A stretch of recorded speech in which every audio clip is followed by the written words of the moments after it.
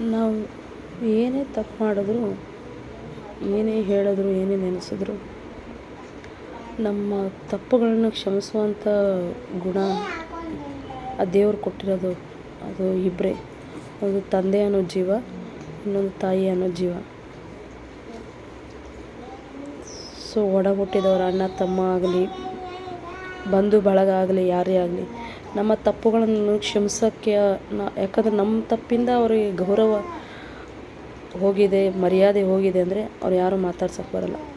ಒಡ ಹುಟ್ಟಿದ ಅಣ್ಣ ತಮ್ಮನೇ ಆಗಲಿ, ಅಕ್ಕ ತಂಗಿನೇ ಆಗಲಿ.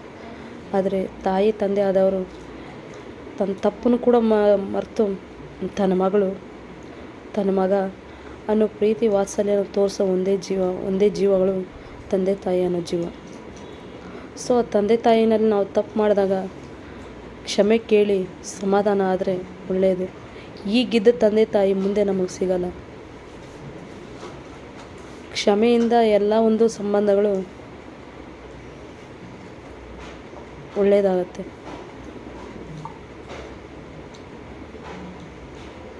ಸೊ ಯಾರು ಮಾತಾಡ್ತಾರೋ ಬಿಡ್ತಾರೋ, ತಂದೆ ತಾಯಿಯ ಕ್ಷಮೆ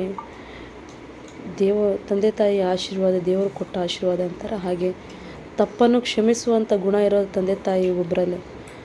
ನಾವು ಎಂಥ ತಪ್ಪು ಮಾಡಿರಲಿ ಅವರಲ್ಲಿ ತಪ್ಪಾಯಿತು ಅಪ್ಪ, ತಪ್ಪಾಯಿತು ತಂದೆ, ತಪ್ಪಾಯಿತು ಅಪ್ಪ ಅಂತ ಹೇಳಿದ್ರೆ ಅದ್ರಾಗಿರೋ ಸಂತೋಷ ಸುಖ ಬೇರೆ ಮತ್ತೊಂದಲ್ಲಿಲ್ಲ ಅಂತ ನಾನು ಭಾವಿಸ್ತೀನಿ.